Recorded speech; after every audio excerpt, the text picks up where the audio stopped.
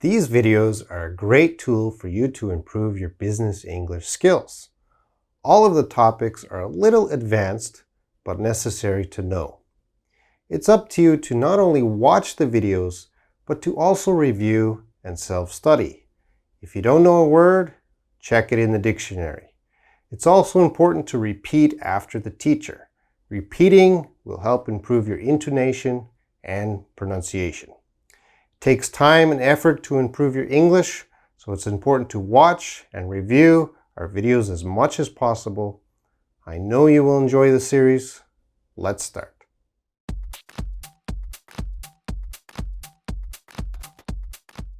Hello everyone, my name is Robin, and in this video I'm going to talk about titles.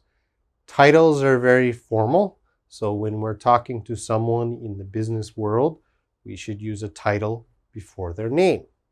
Now first I'm going to talk about titles for people we know or people we just met, and later I'm going to talk about titles for strangers.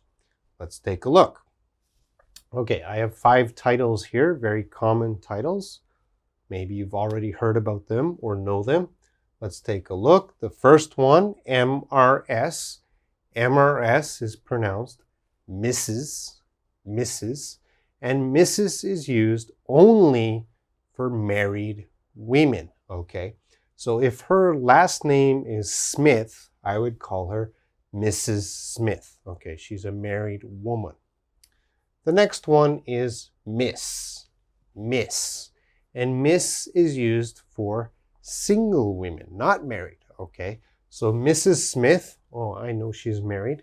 Miss Smith, oh, she's single, okay? Again, both of them are only used for women. Mrs. and Miss are a little bit old style, okay? So we don't use those too much anymore. What we use nowadays is this one, MS. The MS is pronounced Ms. Ms. And we only use Ms. for women, but we don't know if they're married or single, okay? We're just using a title for women. So in the very formal situation and in business, this is what you should use. Ms. Ms. Smith, okay? Okay, so those are what we use for women. Over here we have Mr. And Mr. of course is used for all men. Doesn't matter if they're married, single, every man is Mr. Okay, so again, if his last name is Smith, Mr. Smith. And the last one, doctor. Of course, doctor we use for doctors. Doesn't matter if it's a woman or a man, all doctors we should call doctors before their name. So like Dr. Smith. Okay, so those are the titles. Again, for business, you only need to know this one, Ms., and this one, Mr. Any man is Mr., and every woman should be Ms. Let's take a look at my name. Okay, of course I'm a man, so we should use Mr. But Mr., we should use it in a formal way. So I wrote 3 styles here. One of them is wrong. Okay, very wrong. Let's take a look. I have Mr. Robin Shaw, Mr. Robin, Mr. Shaw. Which one is wrong? Well, it is this one, Mr. Robin. Now, a lot of my students say, Mr. Robin, Mr. Robin, Mr. Robin. This is wrong, okay? You got to be very careful. Robin is my first name, okay? And in a formal situation, don't just use the first name with Mr. Okay, so this is wrong. You never want to say Mr. Robin.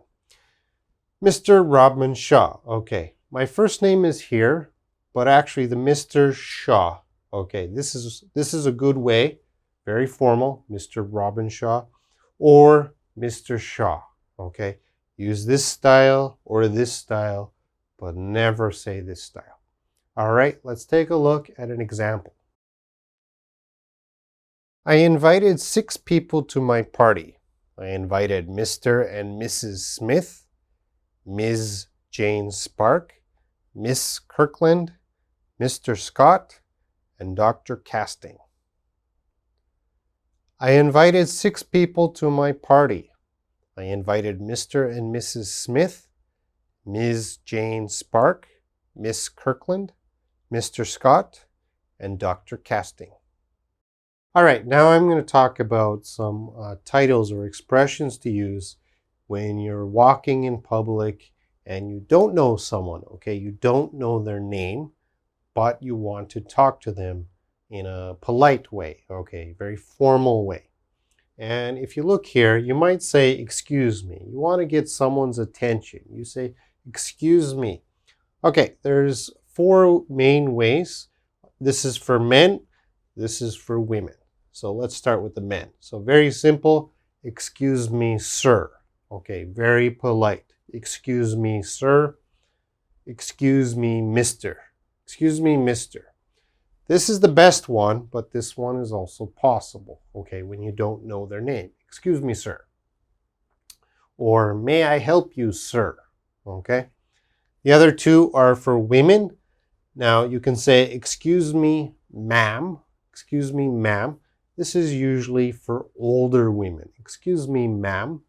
And excuse me, miss is for younger women. So probably under age 20. Okay, under age 20, we would probably say miss. So young women and even children, females, women. Excuse me, ma'am.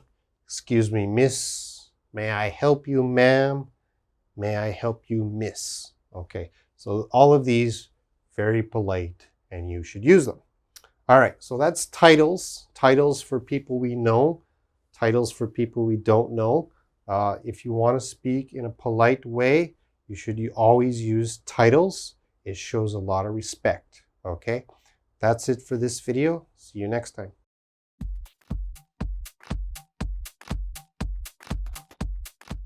Hi, I'm Robin, and in this video, I'm going to teach you some verbs to describe upward movement. Okay, upward movement. What does that mean? Well, that means things are going up. For example, your sales, your profits, or your stock, maybe they're going up, and you want to express that in English. You want to use these verbs to describe the upward movement. All right. So the first one, go up. If you said sales are going up, of course, that's a good thing. Increase, profits are increasing, good thing. Gain, our stock has some gain, good. Climb, our sales are climbing. Climb, climbing. You could also use that as an upward movement. And the last one here, strengthen. Our stocks are strengthening. Our sales are strengthening. That means getting better. All right, let's move on to some more. The first group of verbs describing upward movement were great, but these ones are better. Why are these ones better? Because they're showing a higher and quicker upward movement. There you go. You're going up faster and higher really quick. So the first 2, jump and leap, they mean the same thing. So if you say, my stock jumped or my stock leaped, yeah, your stock went up very quick, very high. Soar. Soar is a verb we use to describe the bird flying high in the sky. The bird soars. So if your profits soar, yeah, they're going up high to the sky. That's a good thing. Surge, very fast, going up, a surge. So our sales surged during the Christmas time, okay? Rocket, like a rocket, going straight up very fast. Our profits rocketed this year. Skyrocket, same as rocket, going up very fast to the sky. Our profits skyrocketed this year. And the last one, take off. Sales are really starting to take off, okay? Jump right up, go up, all right? So these are good verbs to describe a very quick and fast upward movement. Let's take a look at some examples. All right, let's look at the first example. Our sales are going up. Our sales are going up. And the next one, our profits increased by 200% this quarter. Our profits increased by 200% this quarter. And the next one, my stock is gaining a lot. My stock is gaining a lot. And the next one, our profits continue to climb with no end in sight. Our profits continue to climb with no end in sight. All right, the next one. This company is really starting to strengthen its profits. This company is really starting to strengthen its profits. And the next one. Sales jumped a lot since last year. Sales jumped a lot since last year. The next one. Our company's stock leaped 12% today. Our company's stock leaped 12% today. And the next one. The stock is soaring after the quarter results were released. The stock is soaring after the quarter results were released. And the next one. We always see a surge in sales over the Christmas holidays. We always see a surge in sales over the Christmas holidays. The next one. Since we released our new product, our profits have skyrocketed.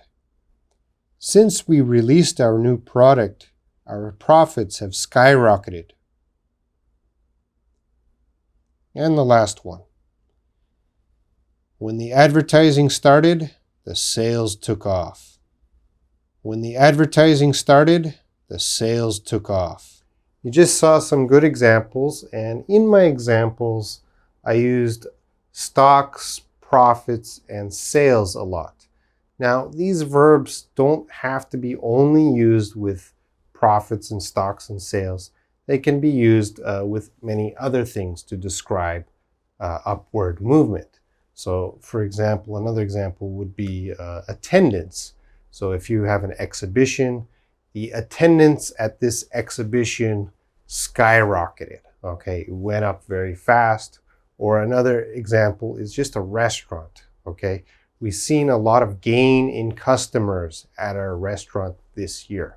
All right, so it can be used to describe money situations, but it can also be used to describe other situations too. All right, that's it for this video. See you next time.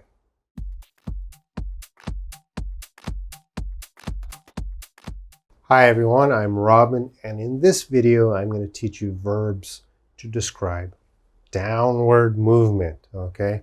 Now downward movement is scary when you're talking about stock or profit or sales, okay? Let's take a look. These are the verbs you want to use for downward movement.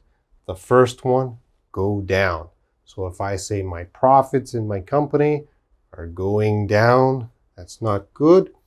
The next one, decrease. Our profits are decreasing. Remember the opposite word, increase, going up, decrease. Increase, decrease. Sales are starting to slide. Sales are starting to slide. This is a common one. Now, slide means sales were okay, but they're starting to go down. Downward movement. They're starting to slide. Fall. Sales are falling. My stock is falling. Our profits are falling. Not good to hear. Lose ground.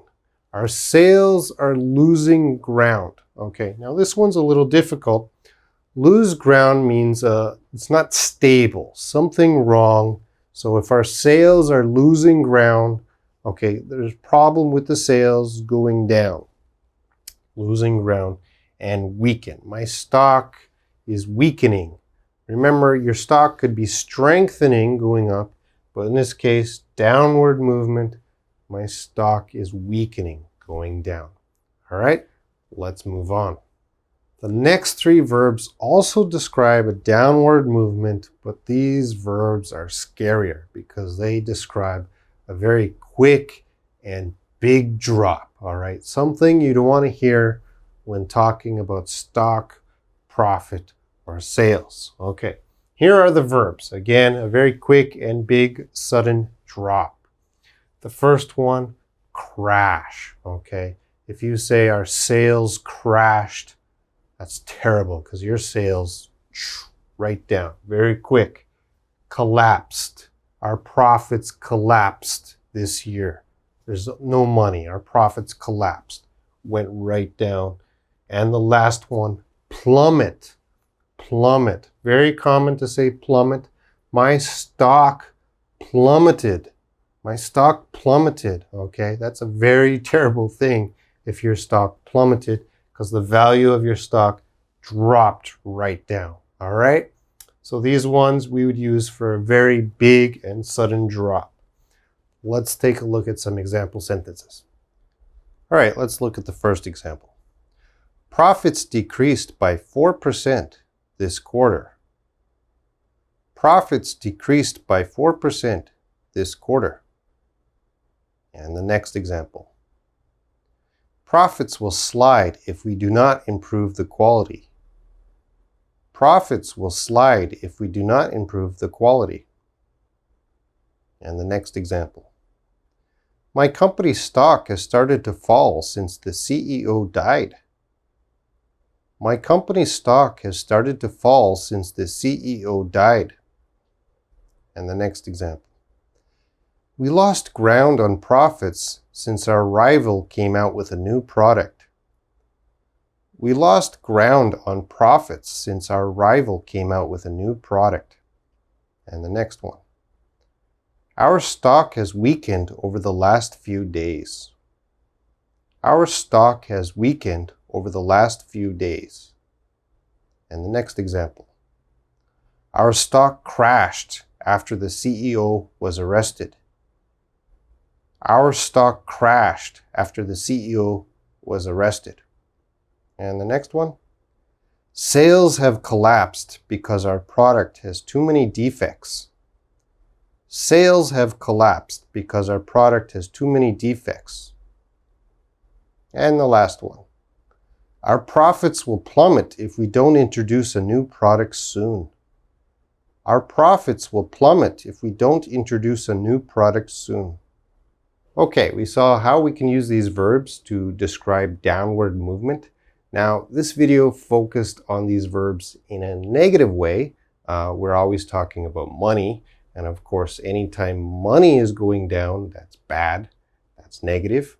But these verbs can also be used in a positive way too. For example, if I said, cancer rates are going down, that's a good thing.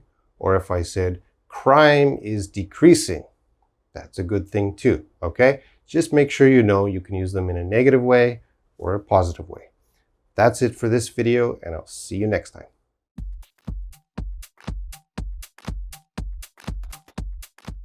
Hello, I'm Robin, and in this video, I'm going to teach you about using movement adjectives.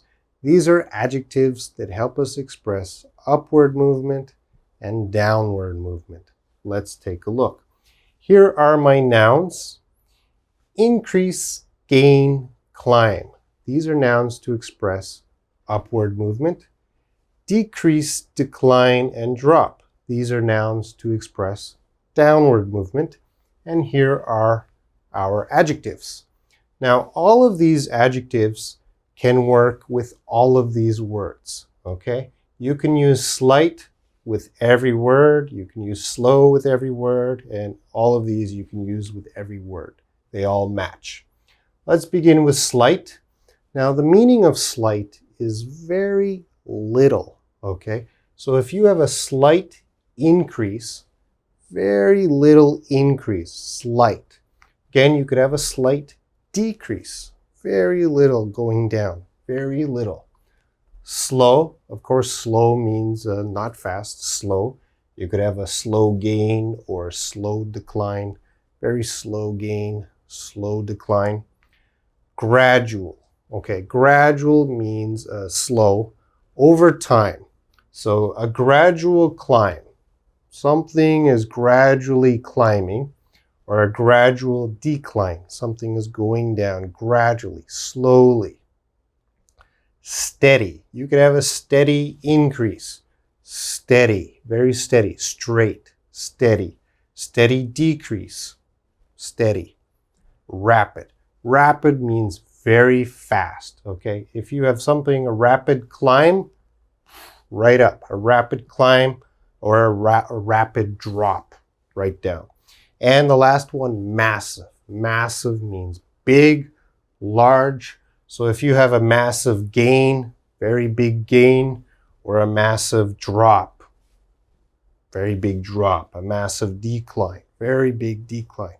Okay, so all of these adjectives can work with all of these nouns. Let's take a look at some examples. Let's look at the first example. My stock had a slight decrease in value this week. My stock had a slight decrease in value this week. And the next one. There has been a slow increase in sales this year. There has been a slow increase in sales this year. And the next one. Sales will gradually decline as the technology gets old. Sales will gradually decline as the technology gets old. And the next one. We can see a steady climb in profits. We can see a steady climb in profits. Our company is experiencing massive gains.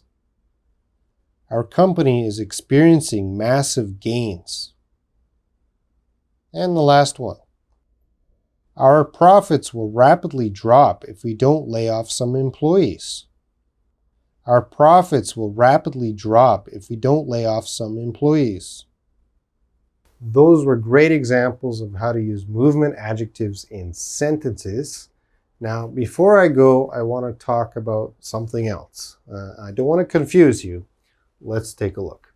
All right, so we learned this today, a steady increase. Increase is the noun, steady is the adjective, a steady increase. All right, but now let's look at this sentence. It increases steadily. Okay, this is also okay for what's happening. Well, increase is a noun and it could also be used as a verb. All right, and steady is an adjective, but it can also be used as an adverb. All right, so here it's adjective noun, here it's verb adverb. All right, so just be aware that there are two ways to express that. In this video, we just focused on this way. All right, that's it. See you next time.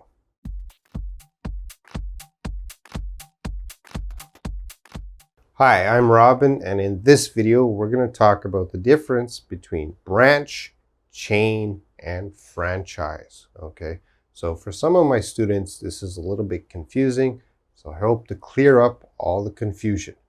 Now, the first word we're going to talk about is branch. Okay, you can call it a branch or a branch office. All right, so a company will have a headquarters, the central company, and a branch office is just an office, okay? Now, a good example of branch office are banks, okay? Banks have a lot of branches, all right? They'll have the main bank, the central bank, and then they'll have different branches in the same city or another city, all right? Now, let's take a look at my example sentence. We set up a new branch or branch office in Hong Kong. We set up a new branch in Hong Kong. So maybe our business is in America and we set up a branch office in Hong Kong.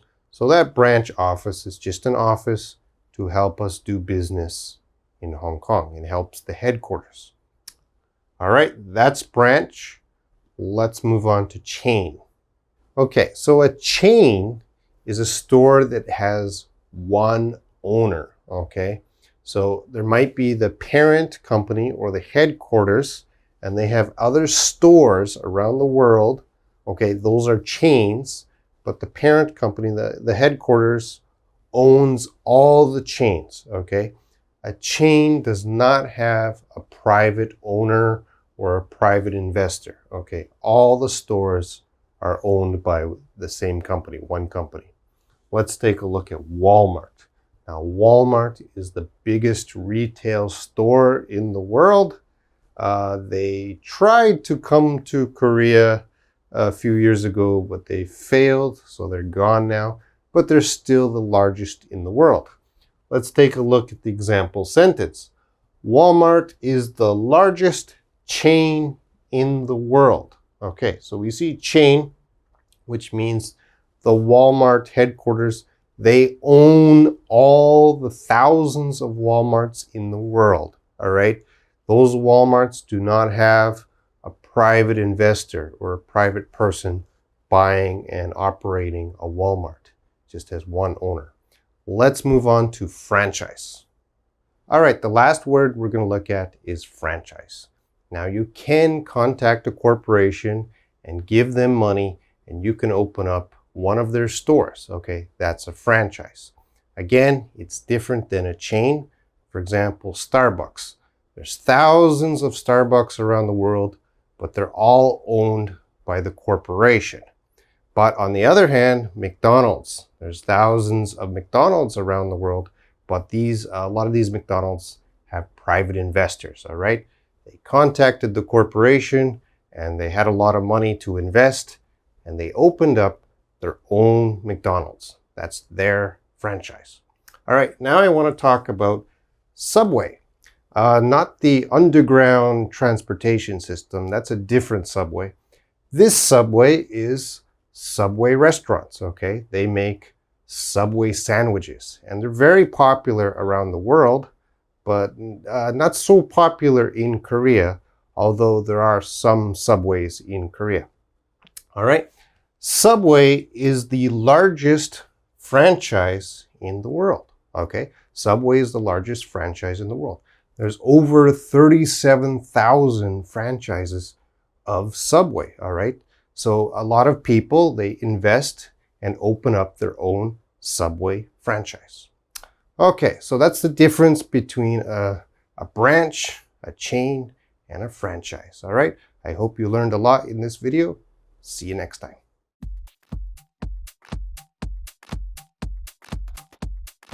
Hello, I'm Robin, and in this video, we are going to talk about your income and your outgoings. Now, let's start with income first. Now, your income is the money coming in, how you make money. The money you make, that is your income, all right? And these are the different ways you can get an income. So let's see how they're expressed in English. Now, the first way is a salary. If you have a job, a full-time job, you get a salary. Now, salary is usually calculated per month or per year. Okay, so when you talk about your salary, for example, I make $2,000 a month, or I make $40,000 a year. That's how we would express salary. The next one is wage. Now, a wage is usually for a part-time job. Okay, students work for a wage. For example, if they work at a fast food restaurant, maybe they get a small wage. This is calculated per hour or per day. So for example, I make $6 per hour.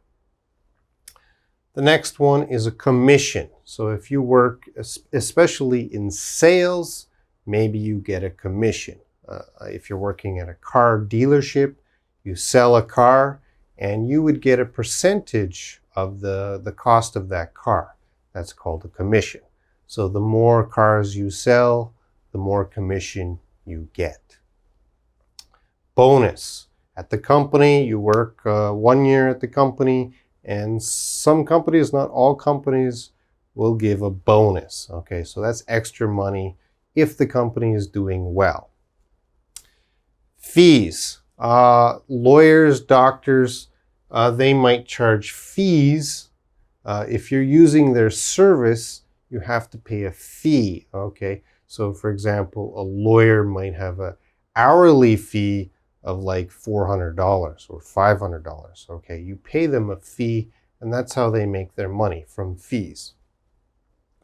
Social Security. All right, this is money from the government. It can be called also welfare. So if you lost your job or you're handicapped and you need some money from the government, this is Social Security. That is also income. Pension, that is your retirement money. So after you retire, you can collect a pension. That's an income. And the last one, investments. So if you are investing in property or stock and you make money, that is also an income. All right. So this is the different ways you can get an income. Let's take a look at some example sentences. Okay, let's look at the first example. His yearly salary is $30,000. His yearly salary is $30,000. The next example. Her wage is $6 an hour at the fast food restaurant. Her wage is $6 an hour at the fast food restaurant. And the next one. For every camera I sell, I get 10% commission. For every camera I sell, I get 10% commission. And the next one. My company usually gives a year-end bonus. Last year, I received $5,000. My company usually gives a year-end bonus. Last year, I received $5,000. And the next one. I'm a lawyer. My hourly fee is $500. I'm a lawyer. My hourly fee is $500. And the next one. Our family lives off of Social Security. The government gives us about $900 a month. Our family lives off of Social Security. The government gives us about $900 a month. And the last example. When I retire from my company, I can collect a pension of about $2,000 a month. When I retire from my company, I can collect a pension of about $2,000 a month. Okay, so we talked about the different types of income, the money coming in. Now we're going to talk about outgoings. Outgoings, the money going out. How you spend the money. Let's take a look at the first one, living expenses. Now, living expenses means the things you have to spend or what you need to buy every day to survive. This is talking about food or clothing, or even transportation, things like that, things you need to get every day. Those are living expenses. The next one, bills. Okay, so every month we have to pay bills. We have to pay the electricity bill, the water bill, things like that. Those are bills. Rent. If you're living in a house, the house is not yours, you're renting. Okay, you have to rent the house.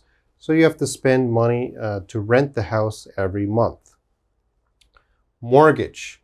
Now, if you want to buy a house, but you don't have enough money, you go to the bank, you ask for a loan, and they give you a loan and you can buy a house. That loan is called a mortgage, all right? So rent, you don't own the house, you're just spending every month rent. Mortgage, you own the house, but still every month you have to pay the bank for the loan. So the mortgage is the bank loan to buy the house. Insurance, car insurance, health insurance, every kind of insurance. So every month you have to buy insurance. And of course, we have to pay tax. On all our income, we have to pay tax. So these are good examples of the outgoings. Let's look at some more example sentences. Okay, let's look at the examples. My monthly living expenses are around $800. My monthly living expenses are around $800. And the next one. All my monthly bills add up to about $1,200. All my monthly bills add up to about $1,200. And the next one.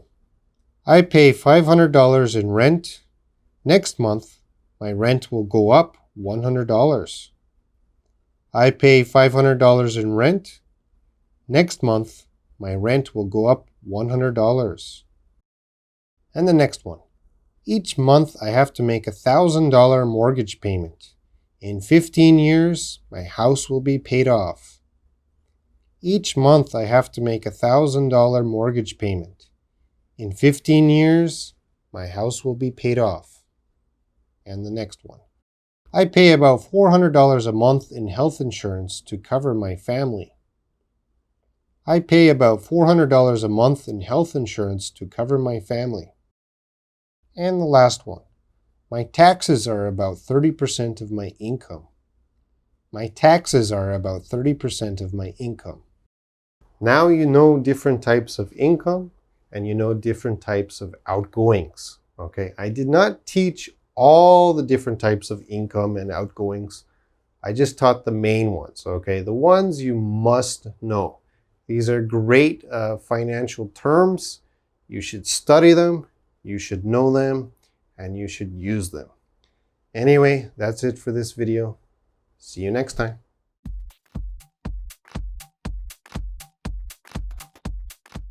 Hello, I'm Robin, and in this video we're going to talk about some business expressions, asking about price, and also answering about price. All right. Now first, we're going to look at the questions on how to ask about price. And here they are. Now we're going to begin with how much first. So of course, the most basic question to ask about price is, how much is it? How much is it? So if you want to know the price or the cost of something, that's the easiest, most common way. How much is it? All right. Now here are some more you might hear. They're all common. How much does it run? How much does it run? Or sometimes people say, how much does it run for? Okay. Don't be confused by run. This is just talking about the cost. How much does it run? How much does it cost? Okay. Again, very basic. How much does it cost? You want to know how much it costs. The price. How much does it sell for? How much does it sell for? How much will it cost me? How much will it cost me? Okay. And the last one, how much are you asking? How much are you asking? Now, all of these questions are the same. They're asking for the price or the cost of something. So the answer to all these questions, whoever you're talking to, would be the same answer. All right. Now, instead of how much, some people will say what. And you see this blue line. You never say, what is it? It's always, how much is it? But for these ones, people can use what. So you can say, what does it run? What does it cost? What does it sell for? What will it cost me? What are you asking? What is possible to? Okay. I prefer you to use how much, but you can also use what. And certainly you have to know both ways in case someone says what or how much. All right, let's move on to how to answer. Someone asks you how much is something and you have to answer. These are the best ways and the most common ways to answer. All right. Now I'm going to use $100 for every answer so you can understand they all mean the same thing. So the most common way is it's $100. How much is it? How much does it sell for? It's $100. Okay, now if it's not exactly $100, we're going to use about or around. Okay, so how much is it? It's about $100. It's around $100. Okay, and here are three more, not so common as the top two, but you're still going to hear them. It sells for $100. It sells for $100. It goes for $100. It's priced at $100. Okay, so all of these are the same thing, answering how much something costs, okay? So the top two ways, that's the most common. But these ones are a little bit common. You will hear them, so you should know them. It sells for $100. It goes for $100. It's priced at $100. Okay? Let's look at some example sentences. Okay, let's look at the first example dialogue. How much is it? It's about $2. How much is it? It's about $2. And the next one. Excuse me, what does this car sell for? This one sells for $9,000. Excuse me, what does this car sell for? This one sells for $9,000. And the next one. Do you want to buy a membership to the fitness center? How much does it run? It's about $100 a month. No thanks. Do you want to buy a membership to the fitness center? How much does it run? It's about $100 a month. No thanks. The next one. Honey, we should take a trip to Europe. How much will it cost us? Tickets go for $8,000. Okay, let's go in June. Honey, we should take a trip to Europe. How much will it cost us? Tickets go for $8,000. Okay, let's go in June. And the last example. What are you asking for this ring? This one is priced at $500. Oh, that's a little too expensive for me. What are you asking for this ring? This one is priced at $500. Oh, that's a little too expensive for me. So these are the most common ways and best ways to ask about price and answer about price. Okay, so you should study these expressions. They're very useful, very helpful. You must know them. That's it for this video, and I'll see you next time.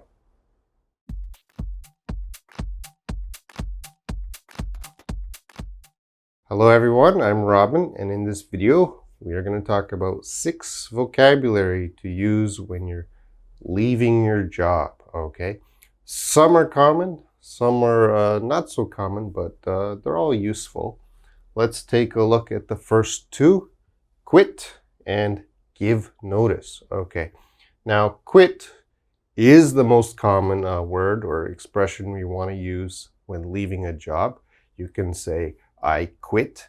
Now, usually I quit means suddenly, like today, but it can be used to talk about the future, like I will quit next month, I will quit next year. And remember, if you use it in past tense, don't say quitted. You have to say, I quit my job last month. Okay, just use quit for past tense. All right, let's take a look at our example. This job is terrible. I quit. Okay, this job is terrible. I quit. This person is not happy with their job.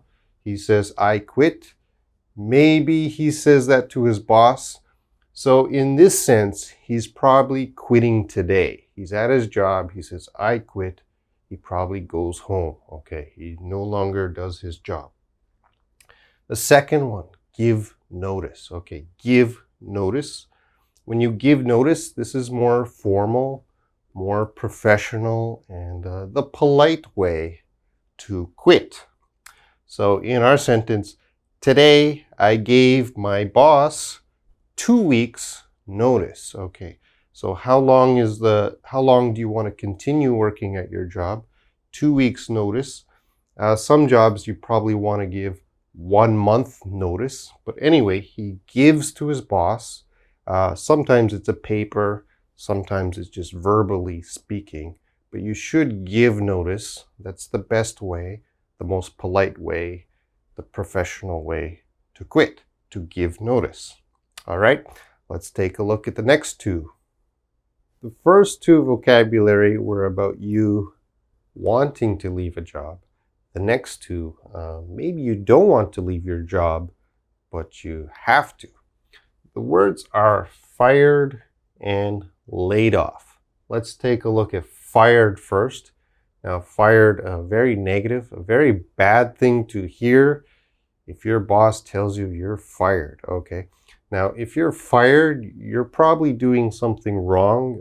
You're a bad worker or something. And again, fired is quick. It's very quick. If your boss says you're fired, probably you should leave that job today. So go clean off your desk and go home. Get out.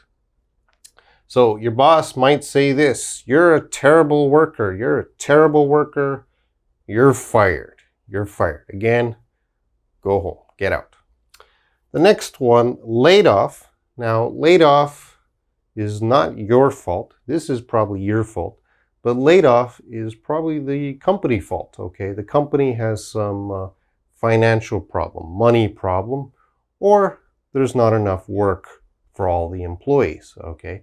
So when the company has a problem, they might have to lay off some employees. Let's take a look at the example. Company sales are down. Company sales are down. I was laid off. Okay, so probably this company has some money problems. And of course, large companies, when they lay off workers, they lay off thousands of workers. So you can see that in the newspaper. They will lay off like 3,000 workers or 5,000 workers because the company has a lot of problems. All right. In some cases, you might be rehired when the company has better conditions. Okay. So the company sales are down, you're laid off. Sales start to go up again. They will rehire some workers. But usually they don't rehire the old workers.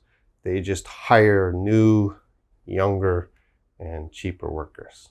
Anyway, both are bad. If you're fired or laid off, you probably don't want that. All right, let's look at the next two examples. Here are the last two vocabulary: resign and retire. Let's look at resign. Resign. Be careful with the pronunciation. It's resign. Resign. It's a verb, to resign. All right. Now, we already learned you can leave the company by quitting or give notice. And the last one here is to resign. Now, to resign is usually used with upper management, executives, CEOs, even politicians. They resign from a company. Now, resign can be positive or negative. So resign, if I'm a CEO and I want to resign from a company, all right, so probably I have another job at another company, or I'm planning to retire. So I officially quit the company. I resign. It can also be negative, especially for politicians.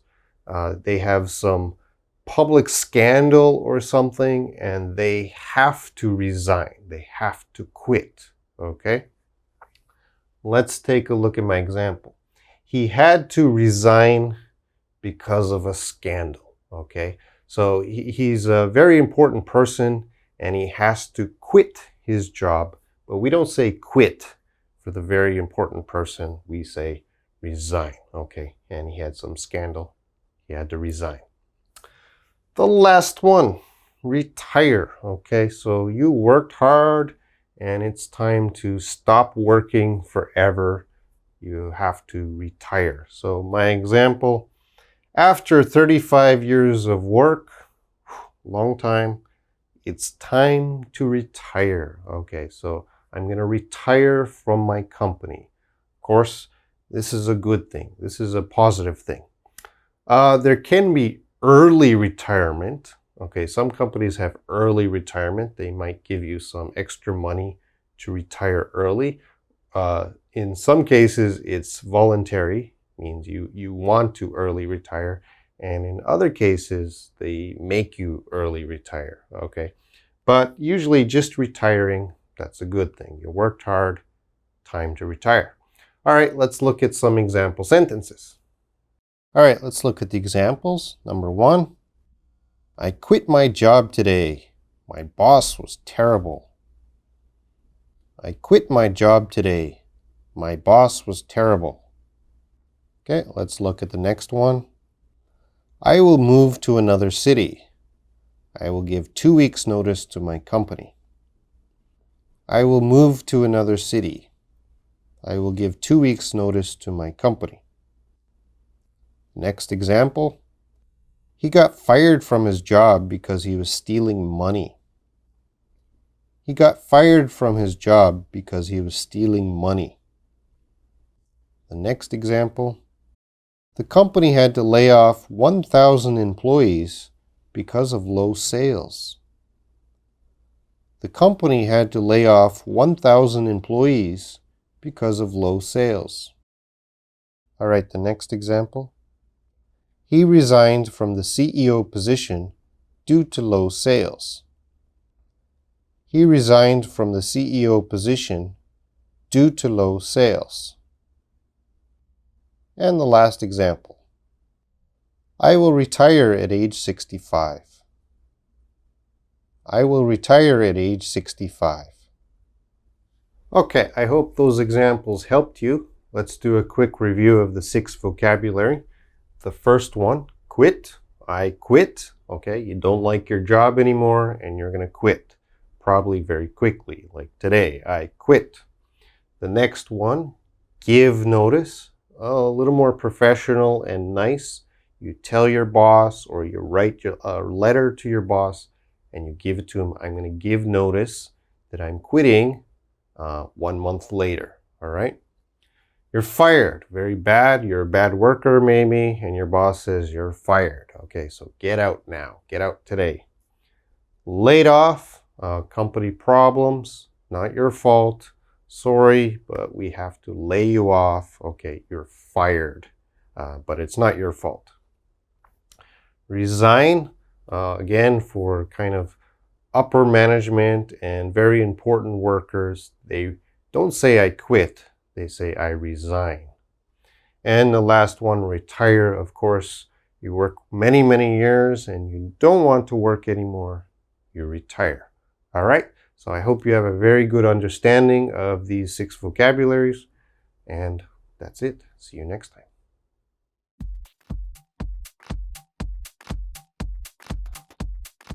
Hello everyone, I'm Robin, and in this video we're going to talk about being fired. Okay, there are many expressions in English that express being fired. Of course, when you're fired from a job, that's a terrible thing because you lost your job. And as I said, there are lots of expressions to express being fired. Let's take a look. Now, I'm going to use the sentence he was. Of course, it could work for men, he, or women, she, he was, she was. He was fired, all right? That's the most common way to express being fired. He was fired, but there are some other ones. And this is the first group. There will be a second group later. Let's take a look. He was fired. He was laid off. Okay, now fired is probably your fault, the employee fault. But if you're laid off, that's the company fault. The company has some financial difficulties, so they have to lay off many workers. He was dismissed. Okay, he was dismissed. This is kind of a polite way to say he's fired. He was let go. Okay. Fired is a very terrible word. He was fired. He was let go means the same thing, but it's not as powerful. So it's a little nicer to say he was let go. He was released. He was released. Again, kind of a more polite way to say he was fired. And the last one, he was terminated. He was terminated. This is actually very strong. Terminated. Cut. He was terminated. All right, this is the first group, but there's more. Let's move on. Here's the second group of expressions. Remember, they all mean the same thing, to be fired. All right, so there's lots of slang and idioms to look at. The first one, dumped. He was dumped. Again, it just means fired. He was sacked. He was sacked. He was canned. He was canned. He was axed. He was axed. Now an axe is like an axe to cut a tree. So he was axed. Similar, he was cut. Now the last two idioms are also very common. He was given the boot. The boot. He was given the boot. So he was kicked out of the company. And he was given the pink slip. Okay. Now, a long time ago, when someone was fired from a company, they were given a form to say you're fired. And the color of this form was usually pink. Okay. So this expression, given the pink slip, that means he's fired. These days, they don't use that form anymore, but they still use the expression or the idiom here to mean that person is fired. All right. So these are also all very common and very good to use to talk about when someone is fired. All right. So again, being fired is a terrible thing, but in English, we have a lot of expressions that mean you are fired. All right. So I hope you learned a few more today. That's it, and I'll see you next time.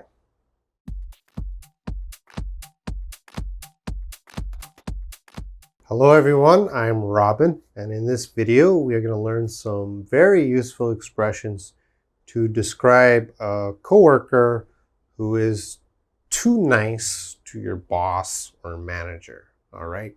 Now, in every company there are some employees, your coworker, who are too nice to the boss. Okay.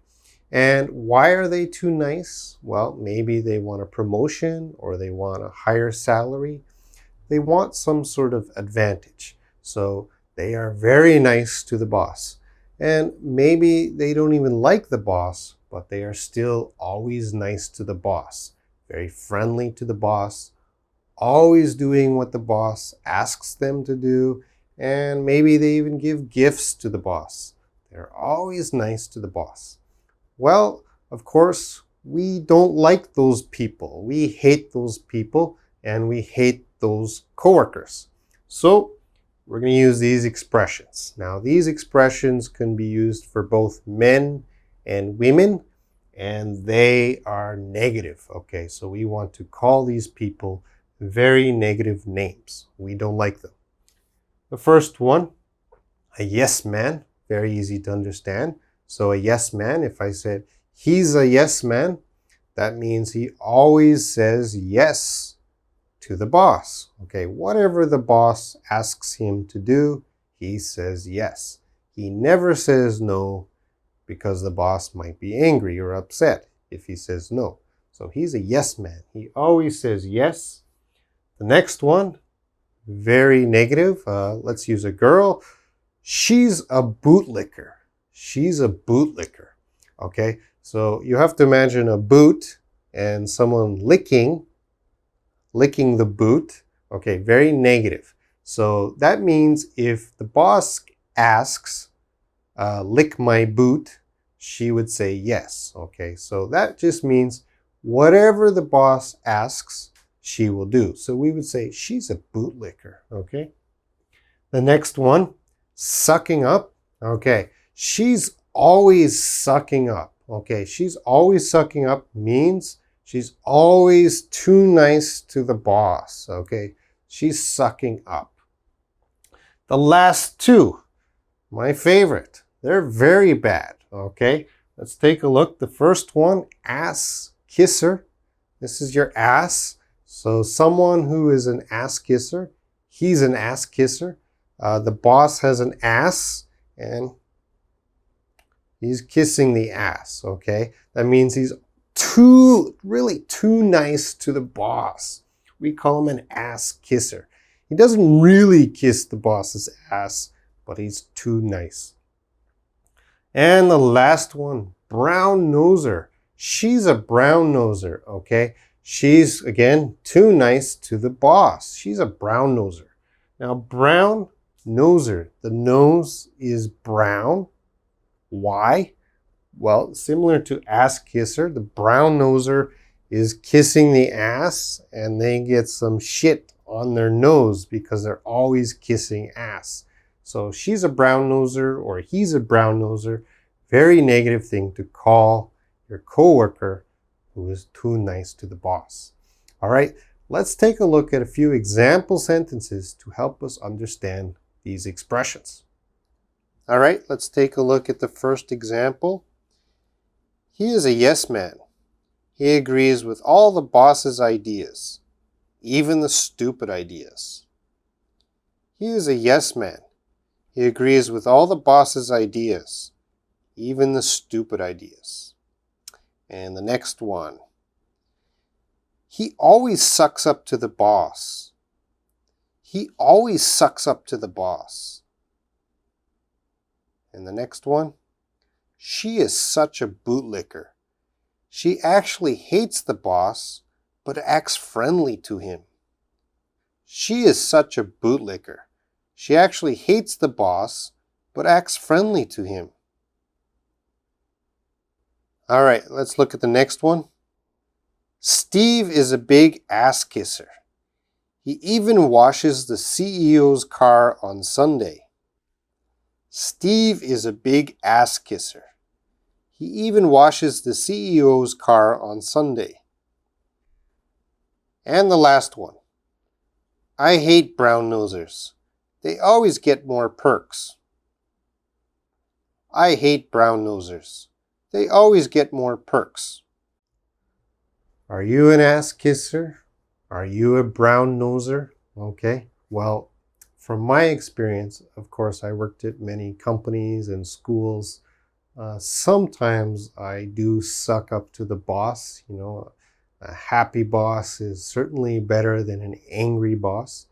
But generally, I'm not always a brown noser, just sometimes. Be very careful if you call someone a brown noser or ass kisser. It's very negative, okay? So you can talk to your coworkers, he's a brown noser. But if you say you are a brown noser, very negative, that person's going to be angry. All right? So I hope you understand these expressions and I hope you use them correctly. That's it, and I'll see you next time.